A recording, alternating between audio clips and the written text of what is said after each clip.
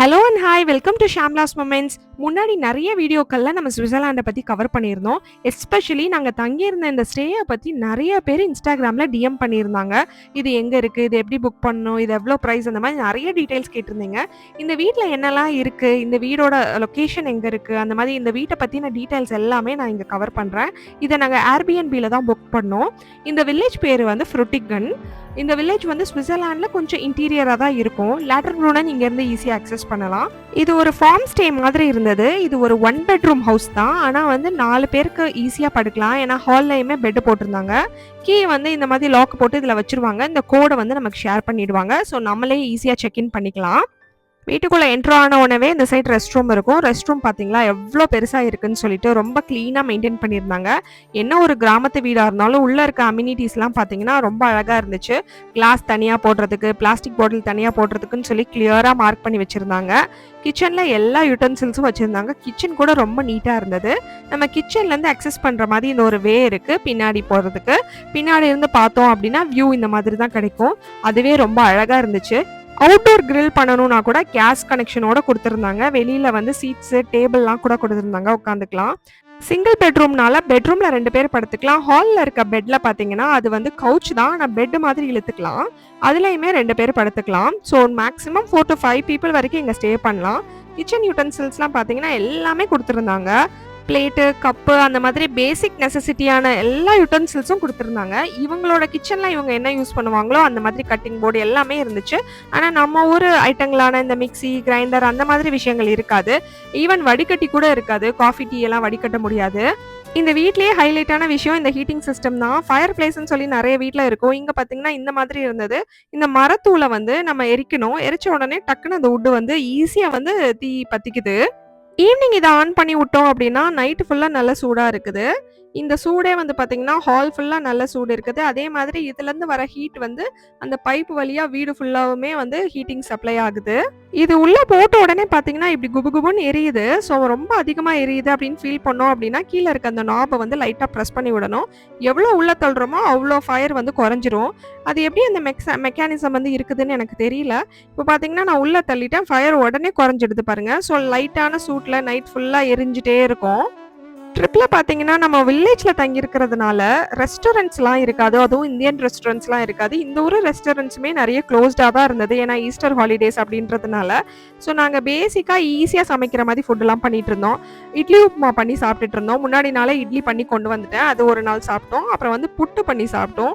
அப்புறம் bread omelette, பிரெட்டில் வந்து தடவி சாப்பிட்றது, அந்த சீஸ்லாம் தடவி சாப்பிட்றது, அந்த மாதிரி கொஞ்சம் ஈஸியான ஒரு பிரேக்ஃபாஸ்ட்டாக தான் பண்ணிகிட்டு இருந்தேன். இங்கே இருக்க யூட்டன்சில்ஸ் வச்சு இந்த மாதிரி சமைச்சிட்டு இருந்தோம். இந்த ஸ்டேயை பார்த்தீங்கன்னா நாங்கள் ஏர்பிஎன்பி வெப்சைட்டில் தான் புக் பண்ணோம். இந்த ஸ்டே வந்து மினிமம் 3 டேஸ்க்கு புக் பண்ணோம். ஒரு நாள் 2 நாள் புக் பண்ண முடியாது. 170 யூரோஸ் ஆச்சு ஒரு நாளைக்கு 3 பேருக்கு. இதுதான் நாங்கள் தங்கியிருந்த வீடு. இந்த வீடு பார்த்தீங்கன்னா ஆல்ப்ஸுக்கு கீழே இருக்கும். நல்ல அழகான ஒரு லொக்கேஷன் இது. பக்கத்துலேயே ஒரு பிரிட்ஜ் இருக்குது. அந்த பிரிட்ஜில் பார்த்தீங்கன்னா வந்து ட்ரெயின் போகும். அதுவுமே பார்க்குறதுக்கு ரொம்ப அழகாக இருக்கும். ரொம்ப பீஸ்ஃபுல்லான பிளேஸுங்க அது. இந்த ஊரில் இருக்க மக்கள் கூட பார்த்தீங்கன்னா ரொம்ப ஃப்ரெண்ட்லியாக இருந்தாங்க. எஸ்பெஷலி இந்த ஓனர் பார்த்தீங்கன்னா அவ்வளோ நல்லா பேசினாங்க. இந்த வீட்டில் ரிலாக்ஸ் பண்ணுறதுக்காகவே நாங்கள் எங்களோட சுவிட்சர்லாந்து ட்ரிப்பில் வந்து ஒரு நாள் எக்ஸ்டெண்ட் பண்ணோம். இந்த மாதிரி ஊஞ்சல் வந்து வெளியில் கட்டி விட்டுருந்தாங்க. இதில் குழந்தைங்களாம் வச்சுருந்தோம் அப்படின்னா நல்லா என்ஜாய் பண்ணுவாங்க. பின்னாடி கார்டன்லேயுமே ட்ராம்போலின்லாம் இருக்குது. இந்த மாதிரி டெக்கரேஷன்ஸ்லாம் ரொம்ப அழகாக பண்ணியிருந்தாங்க. சும்மாவே இந்த ஊர் அழகாக இருக்குது. இந்த மாதிரி டெக்கரேஷன்ஸ்லாம் பண்ணால் சொல்லவா வேணும், அவ்வளோ அழகாக இருந்தது. பின்னாடி பார்த்தீங்கன்னா ராபிட் வளர்த்துட்டு இருக்காங்க. அந்த ராபிட்டுக்கு பார்த்தீங்கன்னா பெரிய கேஜ் வச்சுருந்தாங்க. ஏன்னா ராபிட்ஸ்லாம் வெளியில் ஈஸியாக சுற்றி திரிகிறதுக்காக. ஆட்டோமேட்டிக்காக இதில் வந்து ராபிட்ஸ் வந்து வாய் வச்சு தண்ணி குடிச்சிக்கும். அவங்க வந்து ஒரே ஒரு தடவை தான் ஃபில் பண்ணுவாங்க. அது ஃபுல்லாக தீர்ந்ததுக்கப்புறம் தான் அடுத்த தடவை ஃபில் பண்ணுவாங்க.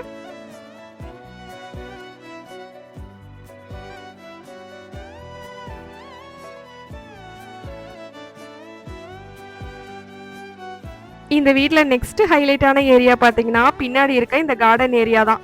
எப்படி இவ்வளோ அழகா இருக்குன்னு தெரியல. கலர் கலரா இருக்கிற பூவா, இந்த வில்லேஜோட பியூட்டியா என்னன்னு தெரியல. இந்த கார்டன்ல வந்து நின்னா மனசுக்கு அவ்வளோ சந்தோஷமா இருக்கும். அவ்வளோ பீஸ்ஃபுல்லான பிளேஸ் இது. பின்னாடி பார்த்தீங்கன்னா மவுண்டெயின்.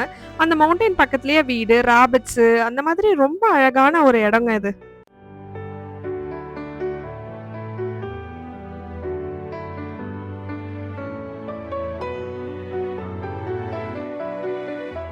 நம்ம கிட்ஸ் எல்லாம் கூட்டிட்டு வந்தோம் அப்படின்னா இந்த வீடு அவங்களுக்கு ரொம்ப பிடிக்கும். ஏன்னா வந்து ராபிட்ஸ் வச்சிருக்காங்க, ஊஞ்சல், ட்ராம்போலின், பின்னாடி ப்ளே ஏரியா அந்த மாதிரி குட்டி குட்டியா நெறைய விஷயங்கள் வச்சிருக்காங்க. அது கிட்ஸுக்கு ரொம்ப பிடிக்குது. பக்கத்திலேயே மில்க் ஃபார்ம் கூட வச்சிருக்காங்க. இந்த ஓனரோட ஃபார்ம் தான் இது. இந்த ஃபார்ம்ல பார்த்தீங்கன்னா, மாடுங்க வந்து ஒரு 50 மாடுங்க கிட்ட இருக்கு. இந்த ஃபார்ம கூட சுத்தி காட்டுறாங்க. ரொம்ப ஃப்ரெண்ட்லியா இருக்காங்க. அவங்க வீட்ல 2 குட்டி பசங்க இருக்காங்க. அவங்க வந்து என் பாப்பா கூட ஃபுல்லா விளையாடிட்டே இருந்தாங்க. இது வந்து சம்மர் அப்படின்றதுனால மாடுங்கள எல்லாம் வெளியில வந்து மேய விட்டுருவாங்க. ஸோ காலையில வந்து 4:30 மணிக்கு பால் கறந்துட்டு மாடுங்கள வெளியில விட்டுருவாங்களாமா. ஸோ அதுங்க வந்து எல்லா இடத்துலயும் மேய்ஞ்சுட்டு ஈவினிங் வந்து கரெக்ட்டா நைட் வந்துரும் அப்படின்னு சொல்றாங்க. நைட் வந்து வெளியில தங்காதாமா. ஏன்னா வந்து வெளியில கொசு கடிக்கும். அவங்களுக்கு வந்து ரொம்ப கஷ்டமா இருக்கும்.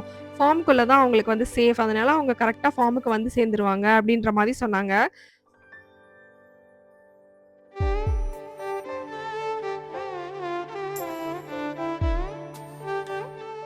இந்த மாடுங்களோட வாலெல்லாம் இந்த மாரி கட்டி வச்சிருந்தாங்க.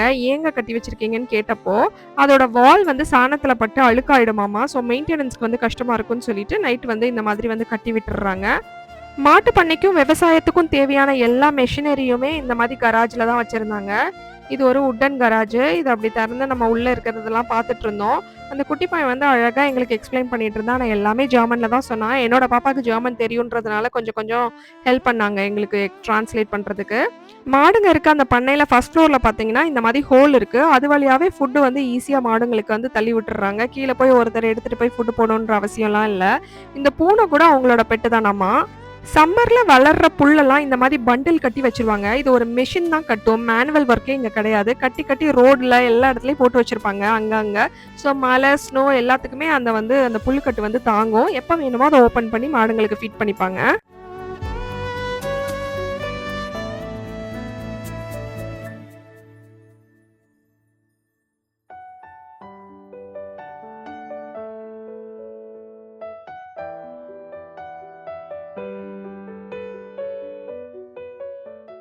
இந்த வீட்லருந்து 2 மினிட்ஸ் கீழ இறங்குனாலே இந்த ரிவர் சைடு தான். இது ஒரு நெக்ஸ்ட் ஹைலைட்டான விஷயம். நாங்க இங்க கொஞ்சம் நேரம் டைம் ஸ்பெண்ட் பண்ணிட்டுருந்தோம். நாங்க தங்குன 4 நாள்ல வந்து 1 நாள் ஈவ்னிங் வந்து இங்க டைம் ஸ்பெண்ட் பண்ணிட்டுருந்தோம். இந்த வீட்ல டிஷ் வாஷர், அவன், ஃப்ரிட்ஜ் எல்லாமே இருந்தது. கெட்டில் கூட இருந்தது. ஆனா இந்த குட்டி மிக்ஸி மட்டும் நான் கொண்டு வந்துட்டேன். ஏன்னா 4, 5 டேஸ் ஸ்டே பண்றதுனால இந்த தேங்காய் சட்னி அந்த மாதிரி ஈஸியா ஏதாவது சமைச்சு சாப்பிட்டுக்கணும்னா ஹெல்ப்ஃபுல்லா இருக்கும்னு சொல்லிட்டு இந்த மாதிரி குட்டி மிக்ஸி கொண்டு வந்திருந்தேன். இந்த மிக்ஸியோட லிங்க் வேணும்னா நான் டிஸ்கிரிப்ஷன்ல ஷேர் பண்றேன். இது Amazonல தான் நான் வாங்குனேன். ஒரு நாள் பார்த்தீங்கன்னா, நாங்க நூடுல்ஸ் பண்ணிட்டோம். இது ஜெர்மன் ஸ்டோர்ல வாங்குன நூடுல்ஸ் தான். ஏன்னா ஈஸியா இருக்கும் சமைக்கிறதுக்குன்றதுக்காக ஒரு நாள் நூடுல்ஸ் பண்ணிட்டேன். அப்புறம் பார்த்தீங்கன்னா, காஃபி வந்து இந்த மெஷின்லேருந்து போடுறப்போ நமக்கு ரொம்பவுமே ஈஸியா இருக்கு. என்னடா காஃபிக்கெல்லாம் மெஷின் வச்சிருக்காங்க அப்படின்னு நெறைய நாள் நான் நெனச்சிருக்கேன். ஏன்னா நம்ம பால் காய்ச்சி ஈஸியா போட்டுறலாமேன்னு சொல்லிட்டு. ஆனா ட்ரிப்பு வந்தது இந்த மெஷின யூஸ் பண்ணதுக்கு அப்புறம் தான் தெரியுது. இது எவ்வளோ ஈஸியா இருக்குன்னு சொல்லிட்டு. இந்த ஸ்விட்சர்லாந்து ஓனருக்காக நான் வந்து ஒயிட் ரைஸும், பட்டர் சிக்கனும் பண்ணி குடுத்தேன். ஜென்ரலாவே இவங்களுக்கு இந்தியன் ஃபுட்னா ரொம்ப பிடிக்கும். அதுவும் இந்த க்ரீமியா செய்ற இந்த இந்தியன் ஃபுட்லாம் ரொம்ப ரொம்ப பிடிக்கும். ஏன்னா, அதில வந்து காரம் இருக்காது இல்லையா? ஸோ, அதனால இவங்களுக்கு என்ன பண்ணுவேன் அப்டின்னா, மிளகா பொடிய மட்டும் ஸ்கிப் பண்ணிட்டு மத்த எல்லா பொடியுமே போட்டு கொஞ்சம் லெஸ் ஸ்பைசியா பண்ணி குடுத்துருவோம்.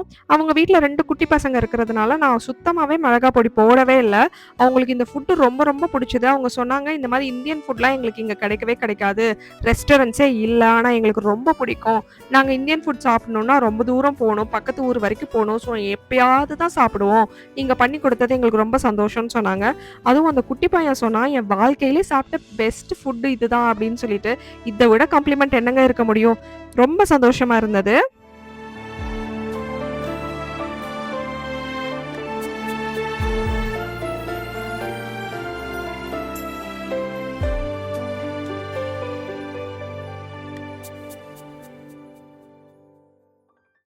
இந்த வீட்ல ஸ்டே பண்ணியிருந்த ஒவ்வொரு நாளுமே டிஃபரெண்ட் வெதர்ஸ் இருந்தது.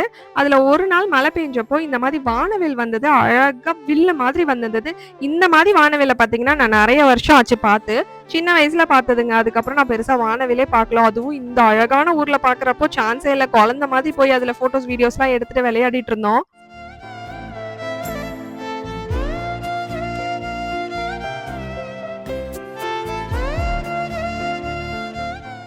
மழை பெஞ்சுட்டு இருக்கதால வெளியில இருக்க கிரில்ல வந்து எங்களால யூஸ் பண்ண முடியல. ஆனா ஓனர் வந்து உள்ளேயும் இந்த மாதிரி ஸ்டோன் எலக்ட்ரிசிட்டில ஃபங்ஷன் ஆகுற கிரில் வச்சிருந்தாங்க. ஸோ நாங்க அதுல வந்து கிரில் பண்ணி சாப்பிட்டோம் அன்னைக்கு. அன்னைக்கு ஈவினிங்கே ரொம்ப ஸ்பெஷலா இருந்தது. எங்கேயுமே போகாட்டியும் வீட்லயே இவ்ளோ அழகா என்ஜாய் பண்ண முடியும் அப்டின்னா, இந்த வீடு இவ்ளோ அழகா இருந்ததால மட்டும் தான் முடிஞ்சது.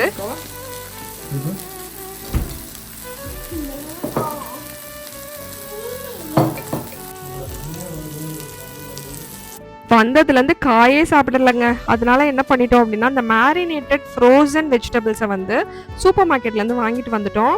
அதை அப்படியே நம்ம வந்து இந்த டவால போட்டு எடுத்தா போதும். இந்த மெஷின்ல வச்சு எடுத்த உடனே ஒரு 5 மினிட்ஸ்லயே ரெடி ஆயிடுது. சிக்கன் தான் கொஞ்சம் அதிக நேரம் ஆச்சு. இதெல்லாம் வந்து பார்த்தீங்கன்னா, ஒரு 5 மினிட்ஸ்ல ரெடி ஆயிடுச்சு. வெஜிடபிள் சாப்பிட்ட மாதிரி ஆச்சு.